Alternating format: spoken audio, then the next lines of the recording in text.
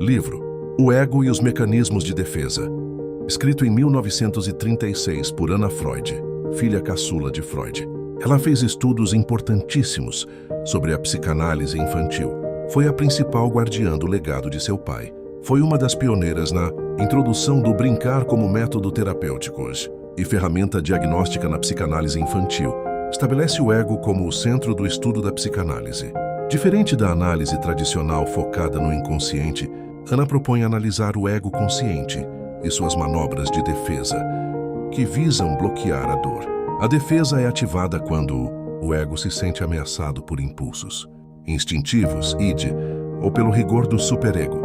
Anna Freud aponta que, no contexto analítico, esses mecanismos se manifestam como resistência, dificultando o trabalho do analista ao tentar trazer o inconsciente para a consciência. Sugere que o analista não deve apenas ser um desmascarador de impulsos, mas sim fazer uma aliança com o ego saudável do paciente para entender por que certas defesas são necessárias, tornando o tratamento mais eficaz. Para o sucesso da análise, é necessário um manejo adequado dessas resistências, ajudando o paciente a reconhecer seus mecanismos de defesa e, gradualmente, fortalecendo o ego para lidar com o material inconsciente de forma mais consciente.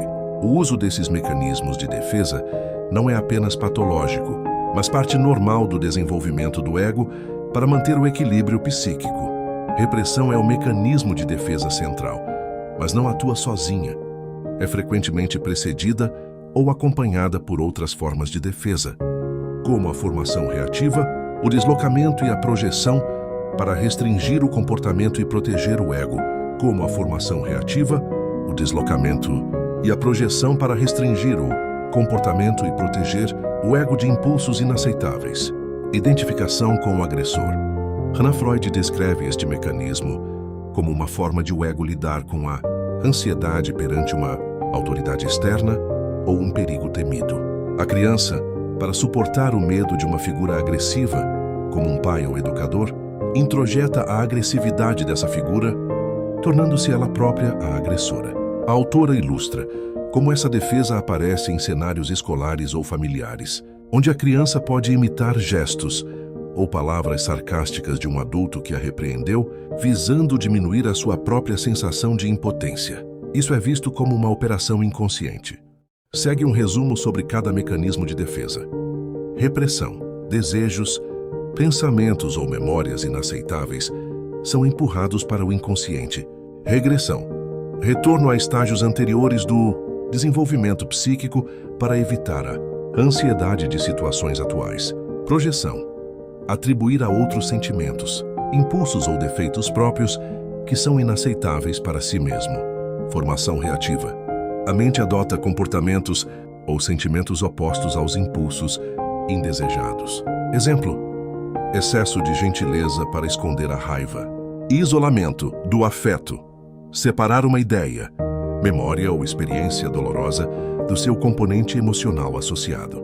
Anulação, realizar um ato simbólico para tentar apagar ou anular um pensamento ou ação anterior considerada inaceitável.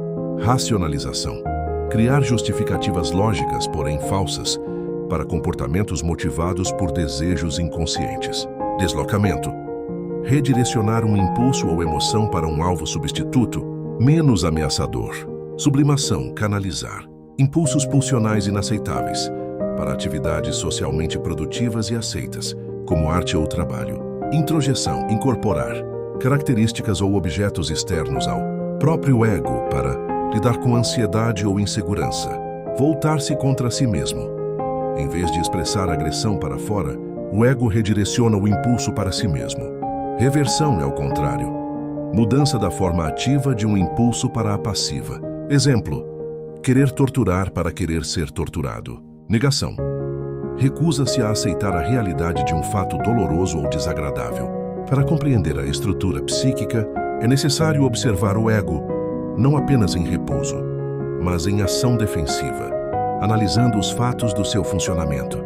A autora ilustra que crianças frequentemente utilizam a negação para lidar com situações assustadoras, como o medo ou a perda de um ente querido, transformando a realidade de forma lúdica ou por comportamentos fantasiosos.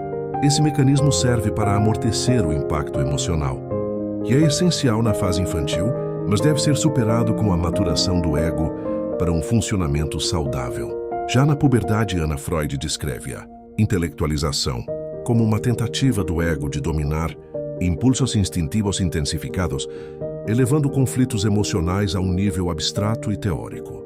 É um mecanismo de defesa normal nessa fase, onde adolescentes debatem temas filosóficos para evitar lidar diretamente com a ansiedade, impulsos sexuais ou agressivos, sentimentos amorosos, agressivos ou de desamparo, são disfarçados de teorias intelectuais, permitindo ao jovem manter uma distância segura de seus próprios afetos. Anna conclui que a aplicação prática desses conceitos no setting clínico não deve ser a eliminação total dos mecanismos de defesa do ego, mas sim a compreensão de sua função e a busca por um equilíbrio mais saudável. Freud, Anna, o ego e os mecanismos de defesa. Porto Alegre, ArtMed 2006.